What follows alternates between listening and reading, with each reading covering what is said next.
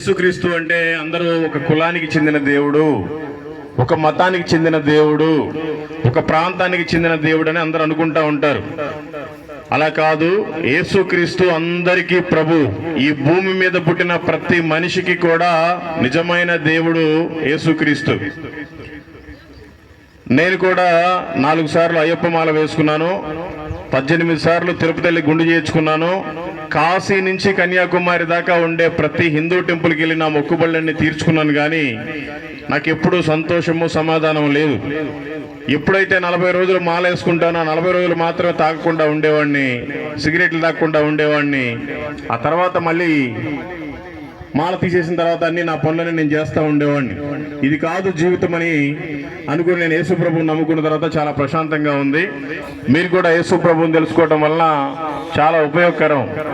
ఎందుకంటే ఈ భూమి ఎలా తయారైందంటే దేవుడే నోటి మాటతోటే భూమి కలుగునుగా కంటే భూమి కలిగింది, ఆకాశము కలుగునుగా కంటే ఆకాశం కలిగింది, సముద్రము కలుగునుగా కంటే సముద్రం కలిగింది, చెట్లు జంతువులు సమస్తము కలుగునుగా కంటే కలిగాయి. కానీ మానవుడిని మాత్రం అలా నోటి మాటతోటి దేవుడు తయారు చేయలేదు.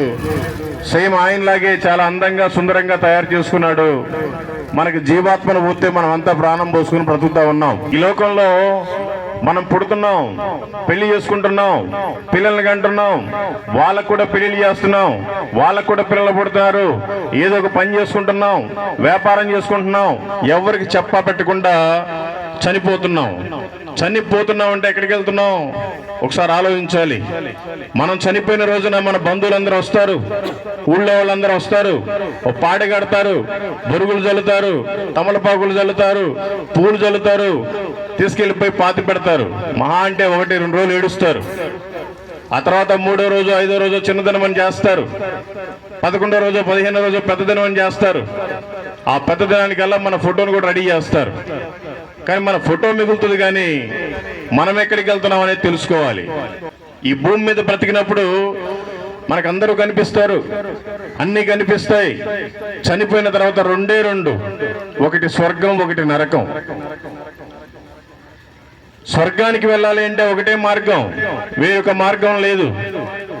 మానవుడు చేసిన పాపాల నిమిత్తం నిజమైన దేవుడు ఎవరో తెలుసుకోలేక మనకి నచ్చిన కోడిని, మనకి నచ్చిన మేకని, మనకి నచ్చిన పొట్టేలని దేవుడి పేరు చెప్పుకొని మనమే కోసుకొని తినేస్తున్నాం. వాటి వల్ల మన పాపాలు పోవు.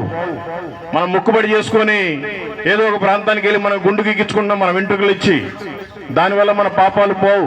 మనం ముక్కుబడి చేసుకొని 100 కొబ్బరికాయలని కొట్టుకుంటాం, దానివల్ల మన పాపాలు పోవు.